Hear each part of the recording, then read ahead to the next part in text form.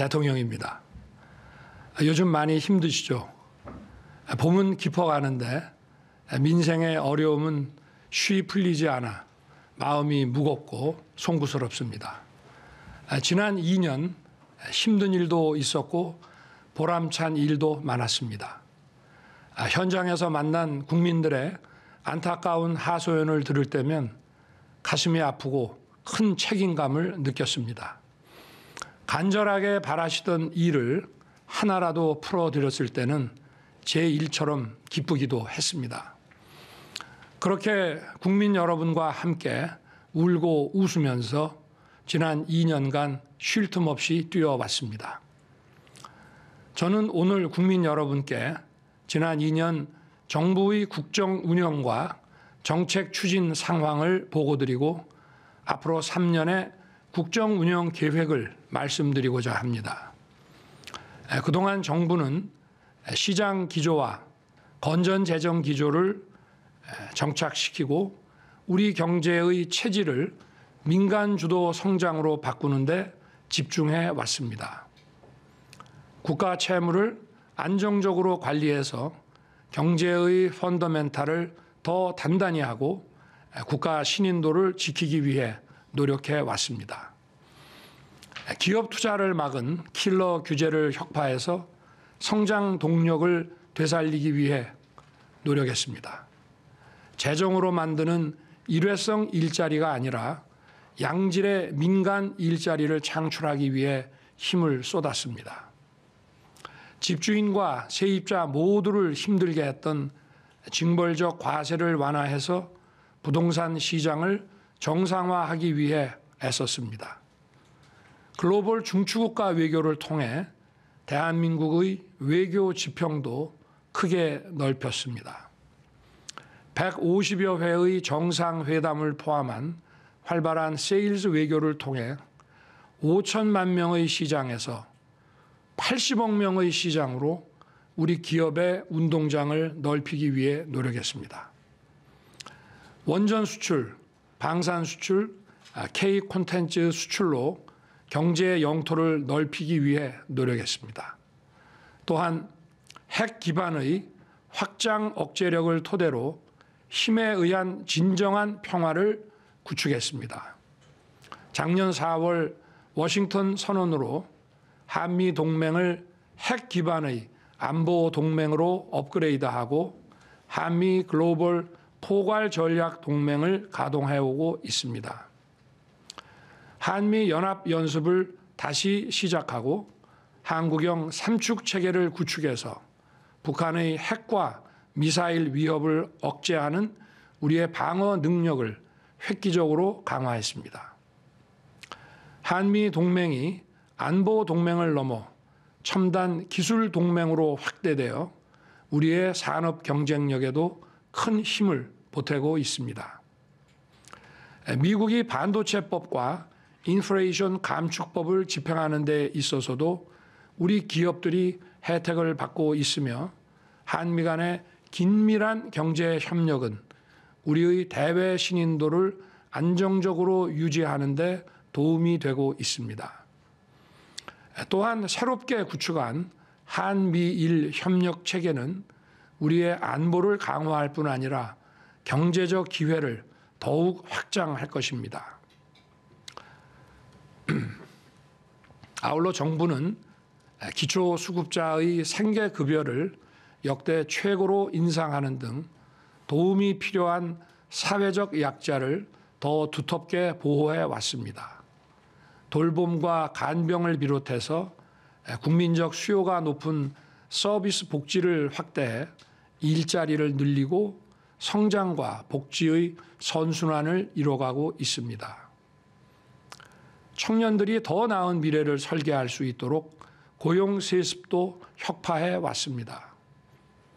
경제력의 차이가 교육의 격차로 이어지지 않도록 장학금 확대, 교육비 지원과 함께 일자리, 주거, 자산 형성을 지원하고 있습니다. 국가 균형 발전은 국가 성장의 동력입니다. 좋은 축구 경기를 하려면 운동장을 넓게 써야 하듯이 우리 국토를 구석구석 모두 활용해야 국가가 발전할 수 있는 것입니다. 정부는 지역이 스스로 비교 우위 산업을 발굴하고 이를 중앙정부가 지원하는 균형 발전 정책을 펼치고 있습니다. 도로와 철도를 비롯해서 우리나라의 모든 지역이 공정한 교통 접근성을 가질 수 있도록 노력해 왔습니다. 노동시장도 과감하게 개혁하며 합법적인 노동운동은 적극 보장하되 불법행위에 대해서는 엄정하게 대응해서 노사 법치주의를 확립해오고 있습니다. 그 결과 파업에 따른 근로 손실 일수와 분규 지속 일수가 역대 정부의 3분의 1 수준으로 현격히 줄어들었습니다. 이러한 결과는 노사 모두에게 도움이 되는 것입니다. 아이 돌봄과 교육을 국가가 책임지는 퍼블릭 케어도 적극 추진하고 있습니다. 부모님은 안심하고 아이를 맡기고 아이들은 안전하고 유익한 시간을 보내는 늘봄 학교를 전국으로 확산하고 있습니다. 영유아들이 양질의 교육 돌봄 서비스를 차별 없이 받을 수 있도록 유치원과 어린이집 관리 체계를 교육부로 일원화하였습니다. 30년 가까이 이어져 온 관리 주체 논란에 종지부를 찍은 것입니다. 첨단 산업 기반을 강화해서 622조 원 규모의 세계 최대 반도체 메가 클러스터 조성에 착수했습니다. 신한울 3, 4호기 원전 건설을 재개하고 신속한 일감 공급과 금융 지원을 통해 무너진 원전 생태계도 복원했습니다. 원전 생태계의 복원은 우리의 산업 경쟁력을 강화하는 것은 물론 수백조 원에 달하는 국제 원전 시장 진출의 토대가 될 것입니다. 현재 정부는 국민의 건강과 생명을 지키는 의료 개혁을 추진하고 있습니다. 의대 정원 확대를 추진하는 한편 증원된 의사들이 필수 의료를 담당할 수 있도록 공정한 보상 체계와 지역 의료 지원 체계 그리고 의료 사고 안전망 구축에 힘을 쏟고 있습니다. 국민 여러분, 지난 2년 저와 정부는 시급한 민생 정책에 힘을 쏟으며 우리 사회의 개혁에 매진해 왔습니다.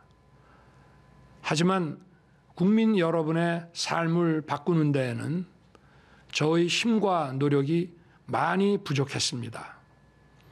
앞으로 3년 저와 정부는 국민의 목소리에 귀를 기울여 더욱 세심하게 민생을 챙기겠습니다. 국민과 함께 더 열심히 뛰어서 경제를 도약시키고 대한민국의 새로운 미래를 열겠습니다. 다행히 곳곳에서 우리 경제 회복의 청신호가 들어오고 있습니다. 최근 OECD는 한국의 올해 성장률을 2.6%로 상향 조정했습니다. 이는 국민소득 2만 달러가 넘는 G20 국가들 가운데 가장 높은 수준입니다. 세계 3대 신용평가 기관인 스탠더드 앤 푸어스는 2026년 우리 1인당 GDP가 4만 달러를 넘을 것이라고 전망했습니다. 국민과 기업, 정부가 함께 뛰며 이뤄낸 성과라고 할 수 있습니다. 앞으로도 힘을 모아 민간이 주도하는 경제 성장의 추세를 잘 유지한다면 1인당 국민소득 5만 달러도 꿈이 아니라고 하겠습니다. 국가가 저성장의 늪에 빠지면 계층 이동이 어려워지고 사회의 양극화가 고착됩니다. 양극화에 따른 계층 갈등을 극복하지 못한다면 우리의 민주주의도 위기를 맞게 될 것입니다. 국민 소득이 높아져야만 국민이 누리는 자유와 복지의 수준도 획기적으로 향상될 수 있습니다. 대한민국을 성장의 길로 이끌 수 있도록 우리 경제의 역동성을 더욱 높이고 양극화를 해소하기 위한 정책적 노력도 더 적극적으로 펼쳐가겠습니다.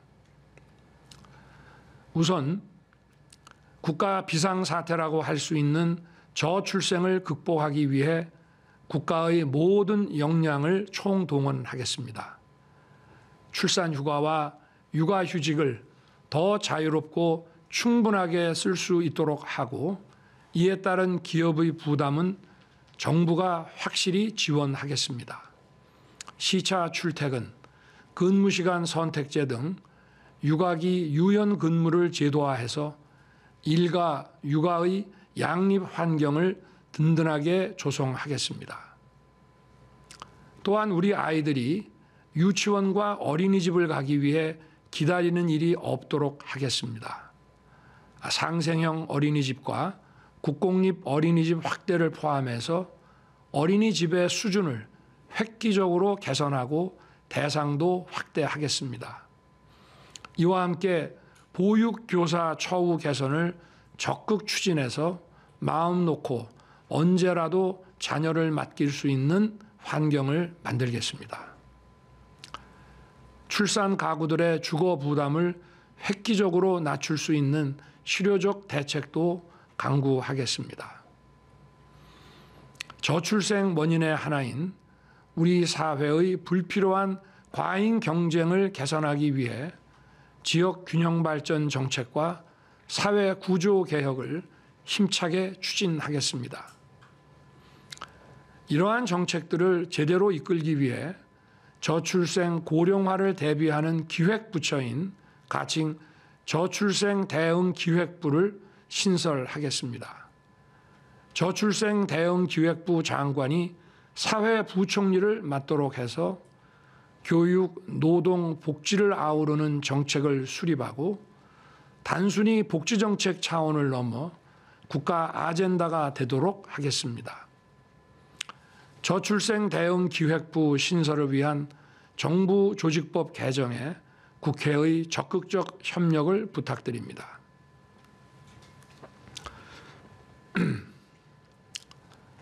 아울러 서민은 중산층으로 올라서고 중산층은 더 풍요로운 삶을 누릴 수 있도록 서민과 중산층 중심 시대를 열어가겠습니다. 경제의 역동성과 공정성을 높이는 한편 교육 기회의 확대로 계층 이동의 사다리를 굳건하게 재건하겠습니다. 이를 위해 복지정책과 시장정책을 따로 나누지 않고 하나로 추진할 것입니다. 고용정책과 복지정책을 통해 사회적 이동성을 높이고 산업정책과 시장정책을 통해 중산층을 더 단단하게 만들겠습니다.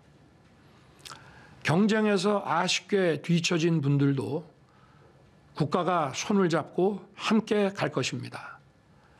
생계급여 대상을 확대하고 지원 수준을 인상해서 가장 어려운 분들의 삶을 끌어올리겠습니다.